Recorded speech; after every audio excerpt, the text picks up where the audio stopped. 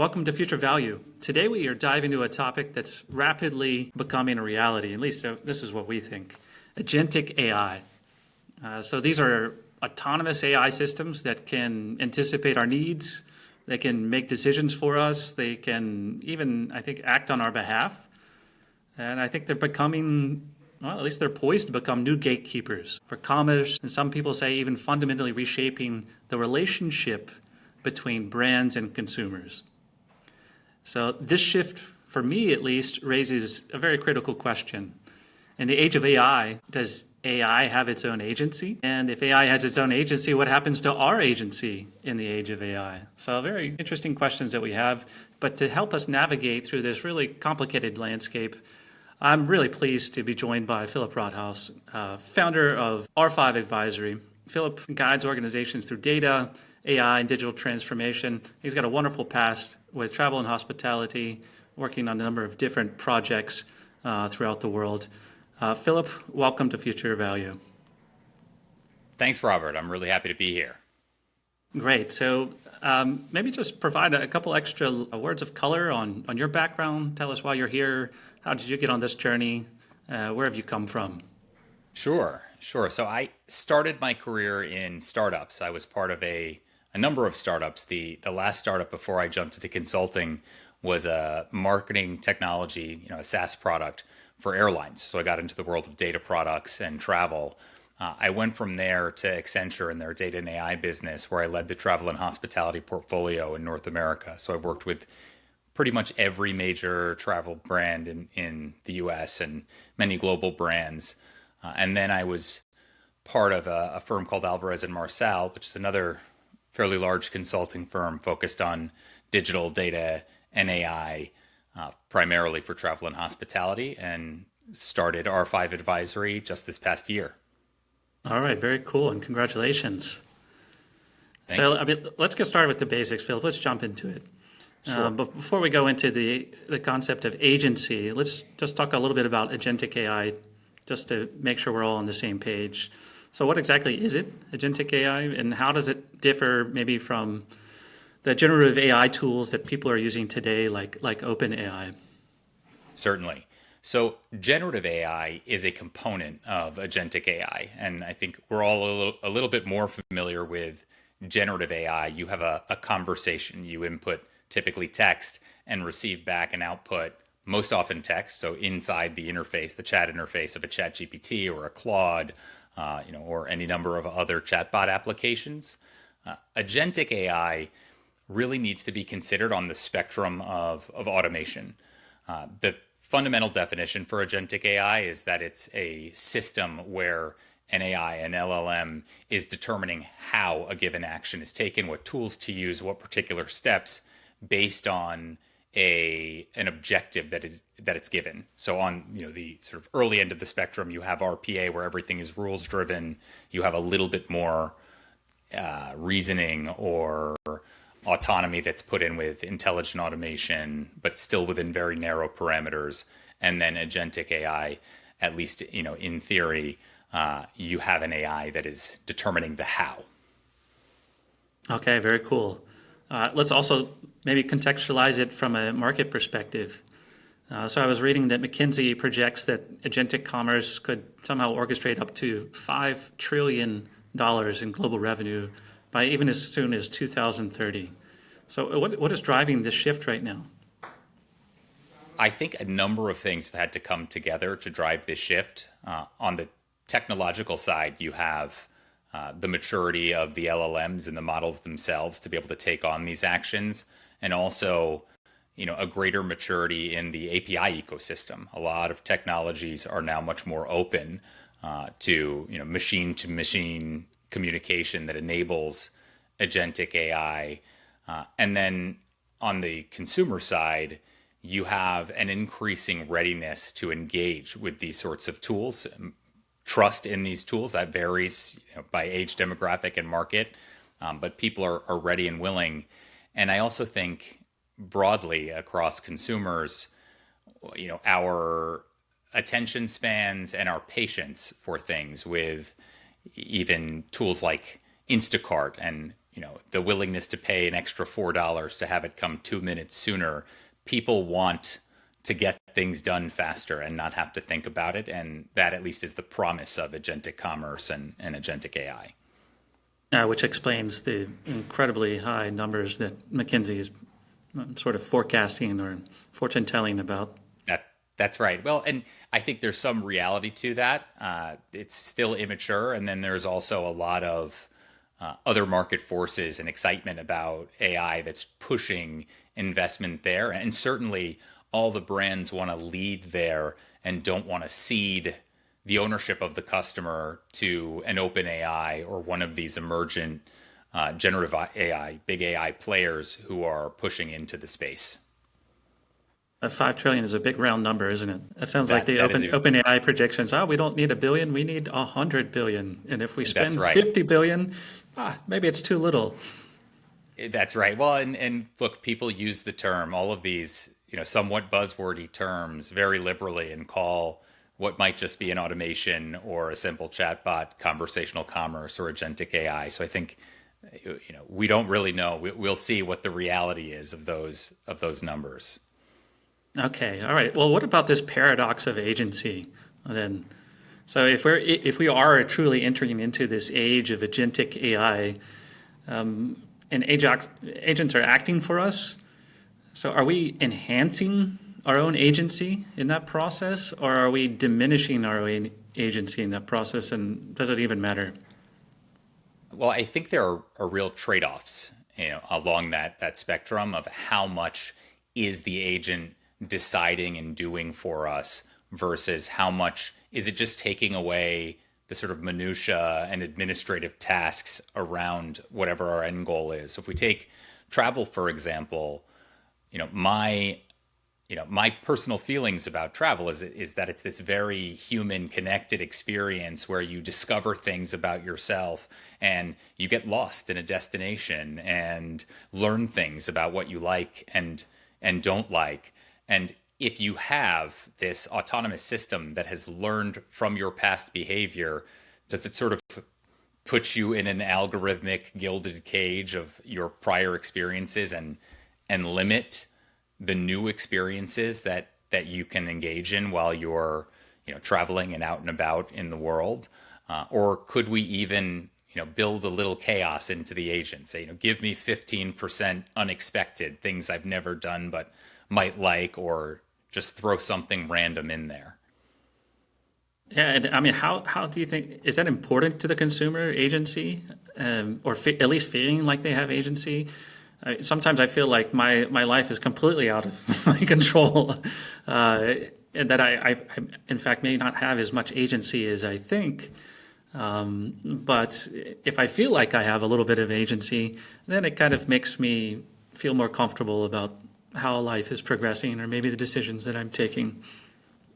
Yeah, I think that's a totally fair question, and right harkens back to big philosophical questions of free will and and choice, and if that really matters. I think there's a real parallel here in a number of ways to social media and social media news feeds, where consumption has become very passive, and while clearly consumers don't mind that, or maybe even prefer it in some cases, it does have societal impacts and personal impacts that really, without having seen this, it's a massive social experiment in a way. We don't know what the impacts of that will be. And so time will tell. I'm not a techno pessimist in that I think this is all doom and gloom. I think there are a lot of really incredible benefits that will come from these technologies for all people, but also as a society and as a father and as a person who travels, I really do think we should be aware of and thinking about these trade-offs as we design these systems, and think about how, as brands design experiences mediated by these systems, what those trade-offs are. Yeah, so let's try to unpack a little bit of this. So back before the generative AI wave came in, we still had machine learning algorithms that were helping us profile users, for example, when they came into websites. So if it was a marketplace or there was inventory in the site that they were trying to push for a sale, you would try to profile the user based upon certain indicators.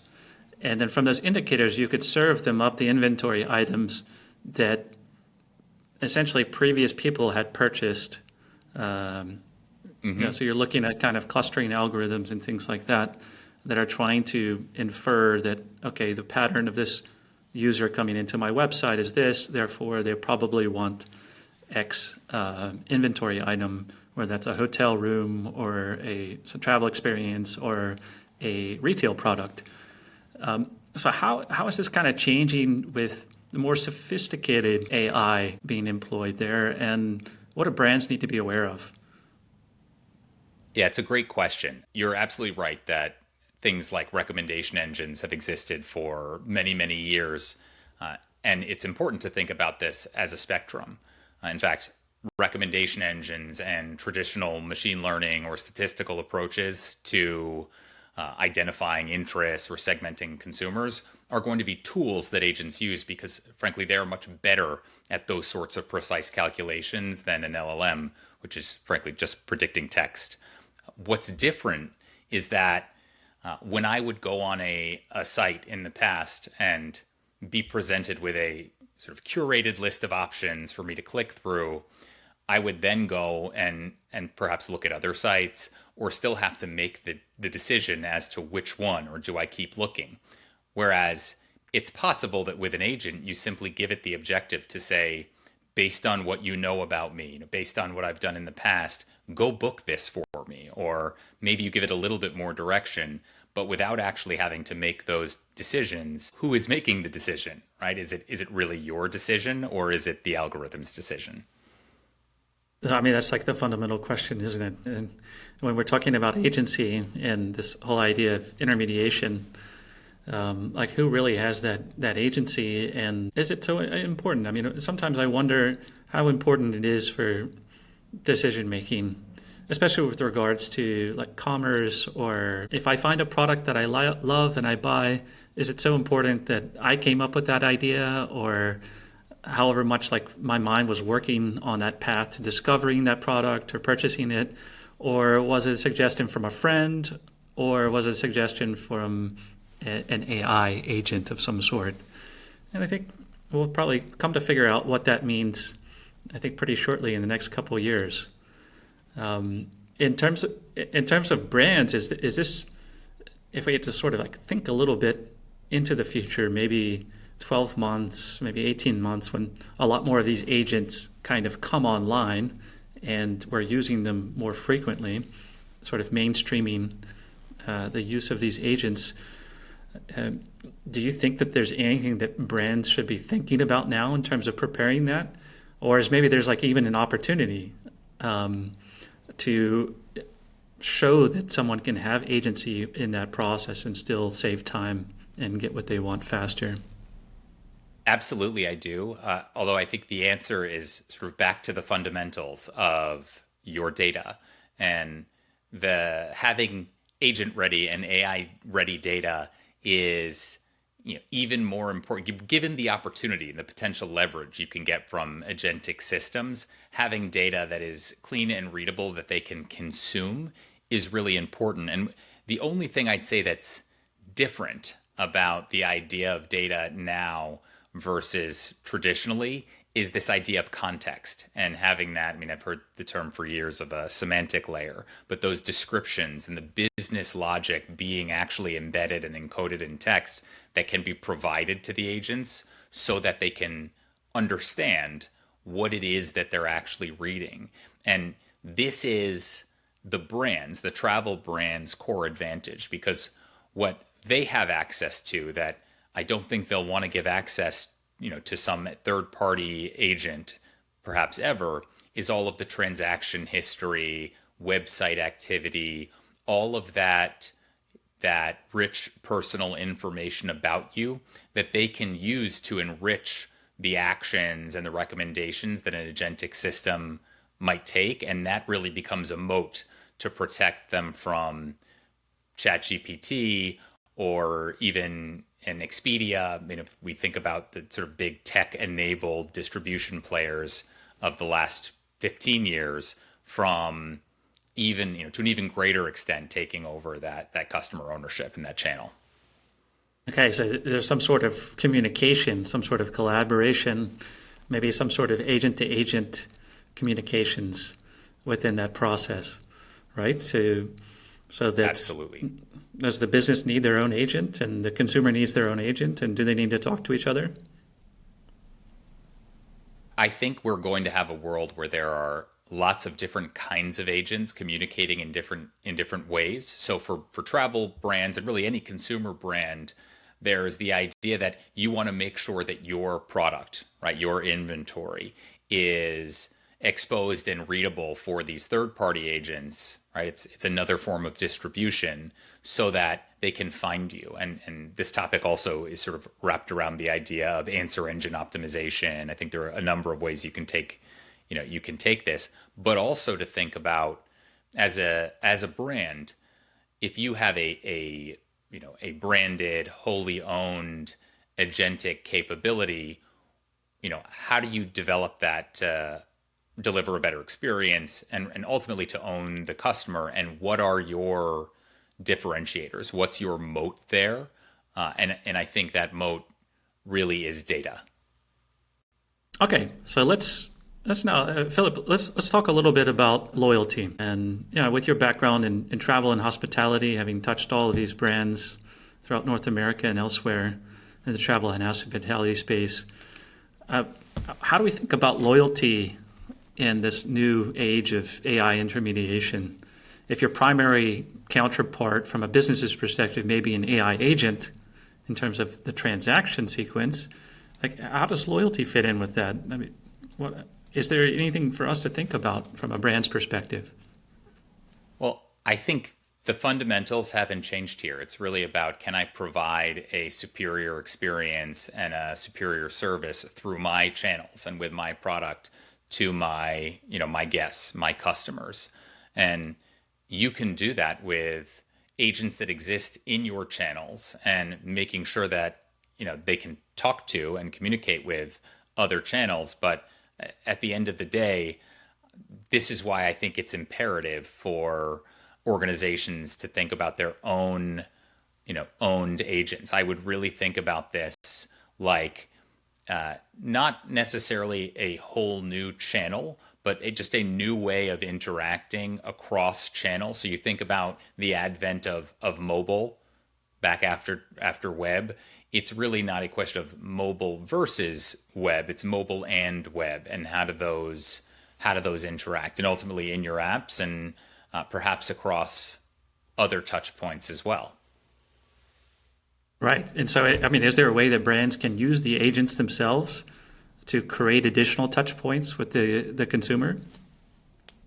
Absolutely. Agents can appear or be exposed to communicate in lots of different channels. So you think sending emails themselves, or being within WhatsApp or Facebook and being able to communicate directly with a consumer wherever they are, while maintaining context of those prior conversations. So I think that's a really powerful aspect of the agents and conversational commerce. When I think about how travel bookings have often been made, and a lot of the times that's less so in recent years, but still, especially when you're first getting started in planning, through agents or calling a concierge and reverting to phone when you run into an issue. One, that helps people feel, reduce the cognitive load. It's easy to have a conversation with a human being, and we want to get to the human being through the call center whenever we call. The challenges are that individual often doesn't have the information that they need in order to actually support me or to do that easily. Whereas the promise with an agent is they actually can have all of that context and all of that information. And so I'll use cruise as an example because it's sort of the most enabled by travel agents, brick and mortar travel agents. It's a complex product. highly dimensional, right? You have to make lots of decisions. If you look at the travel ecosystem with airlines on one side, where it's basically, I fly out of my home airport, so I'm picking a destination, and I'm picking a type of seat, more or less. In a hotel, it's more complicated with types of rooms, and you have much, far greater amount of options. With a cruise line, you have to pick beverage packages and the type of cabin and excursions and experiences. It's very complex. So people have historically turned towards human agents, travel agents, to help them with that and provide both again, reduction of cognitive load. The conversation is easier. The feeling that these people know the product well and that they know people like me and they can personalize. Where there's a lot of truth to that. There are many great travel agents out there, but at the end of the day, they don't know the product as well as the brand itself. And they often don't know you, or frankly, humans are not as good at coming up with specific recommendations based upon all of your past preferences as many recommendation engines and models typically are.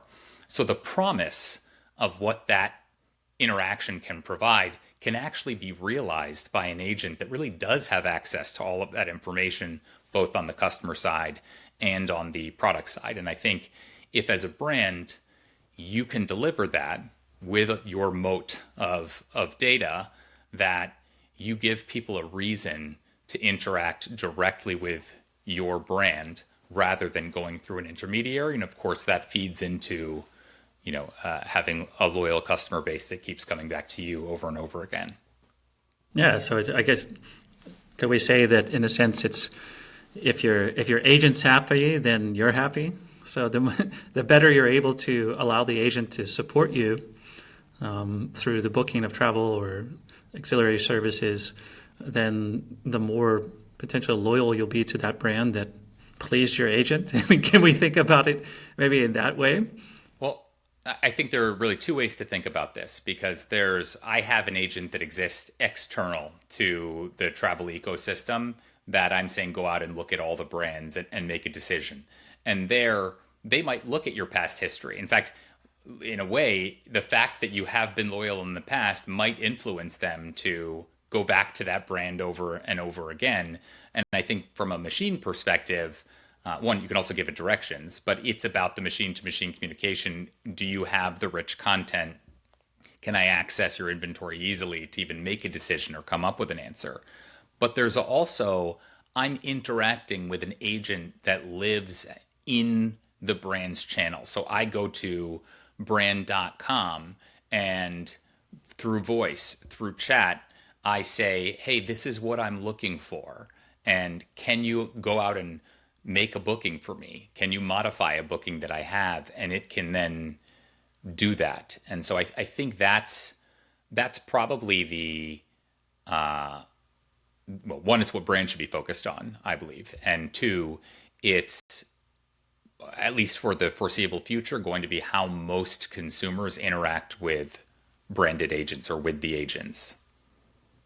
Yeah, very interesting. I know that within the reward side of loyalty, we've looked at it in several different ways in terms of my company.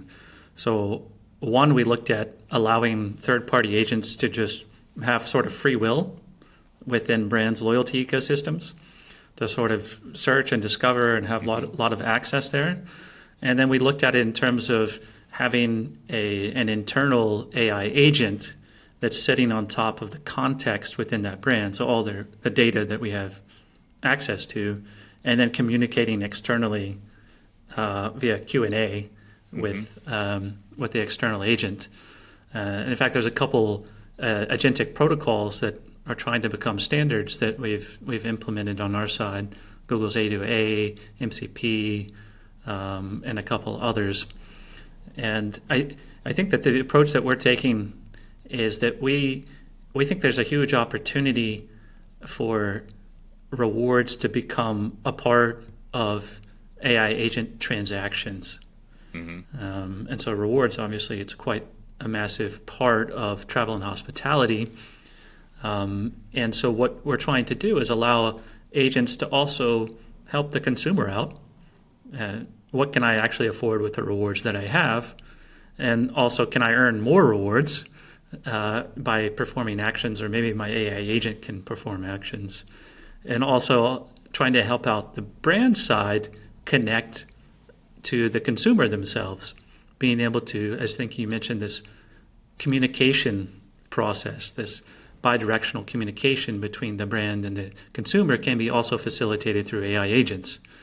That's So it's, right. hey, did you like what you got with that reward that we gave you? There's points. Would you like to get something else? And here's an easy way for your AI agent to do that. And for us, of course, we're thinking about it as a massive opportunity. We're entrepreneurs. Certainly. We're always thinking about, okay, how can we bring the business and the consumer closer together, even with AI intermediation? What are your thoughts?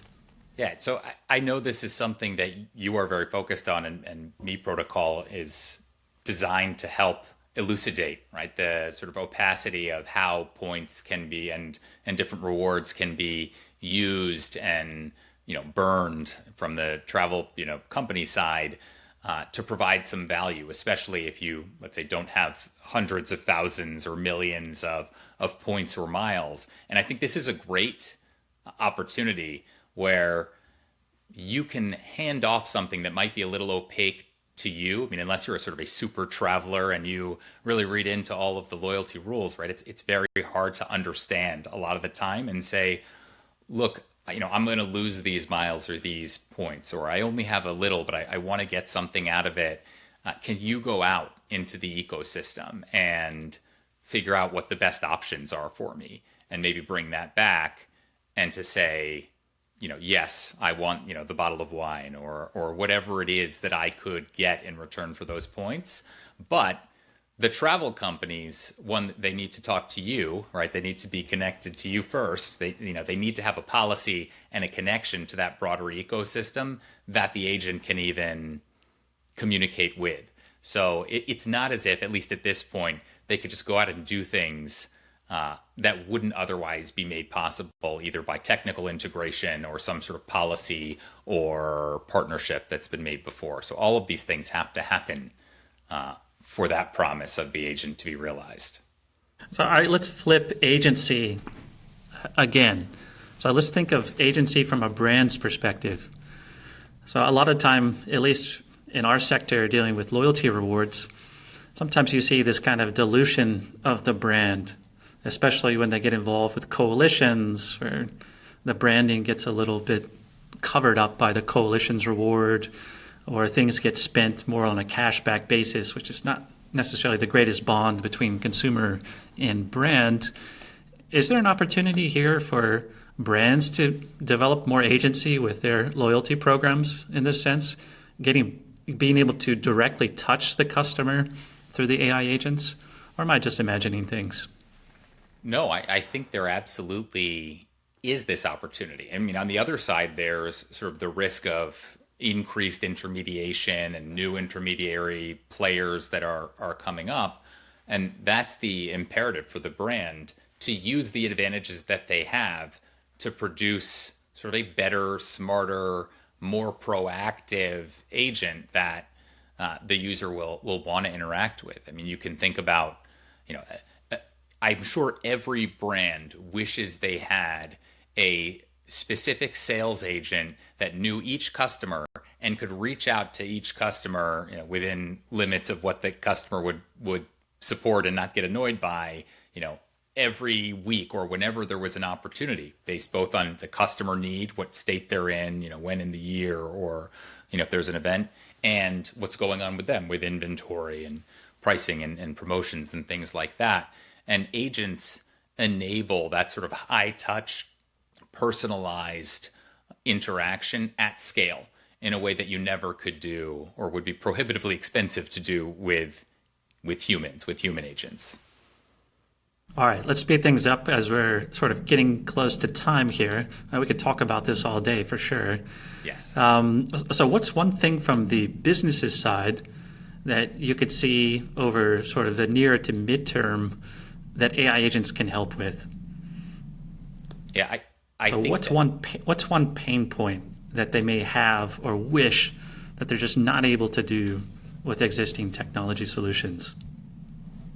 Well, I think there are, a number of I would think about this as sort of areas and customer touch points. So I think on, the site and with direct distribution, right? You want to be able to provide comparison and answers versus the traveler themselves having to click through and navigate your site or your app on his or her own, which as much as you try to make that intuitive to a certain segment, at least it's not intuitive. Whereas, we evolved to communicate with natural language.